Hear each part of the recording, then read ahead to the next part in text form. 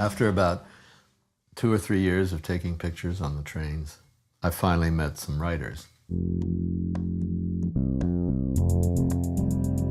They actually had seen me taking pictures, for several years, but nobody wanted to approach me because, I looked like I could be a cop.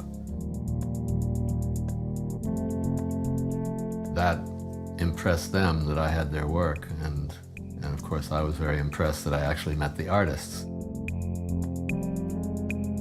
That was the beginning of a really good collaboration, and they were not at all shy about, being in my pictures, which was kind of interesting for a clandestine underground movement on the one hand, and on the other hand, you want to show off. So here they are showing off, and this is like many other pictures.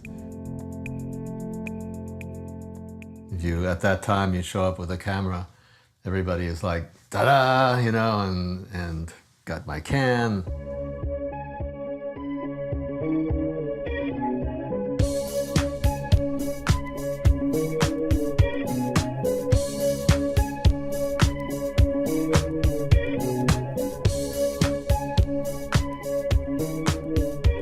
So that really helped me, because before it was just random, and then I actually had knowledge that there was a piece running and I could go out and try to get it.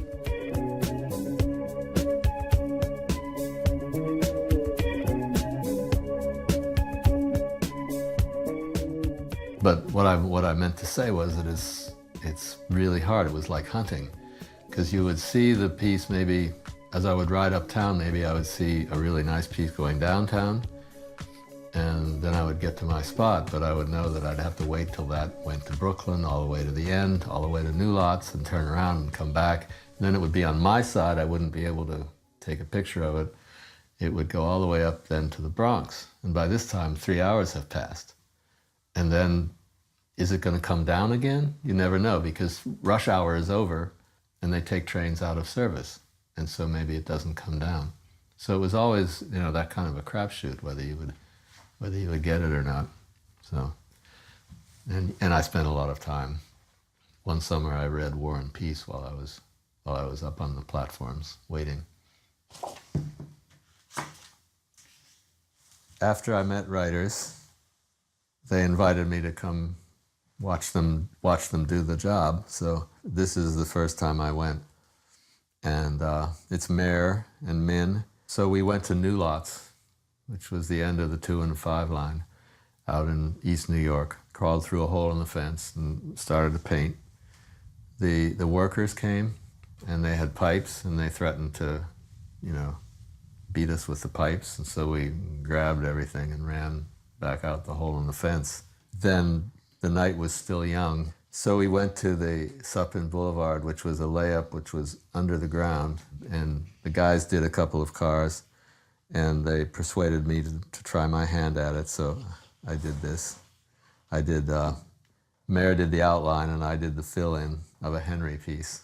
The expression on my face is one of, of terror, because I had just finished crawling under the 6 trains, and I knew I was going to have to crawl back out, and I wanted to get this over with as soon as possible.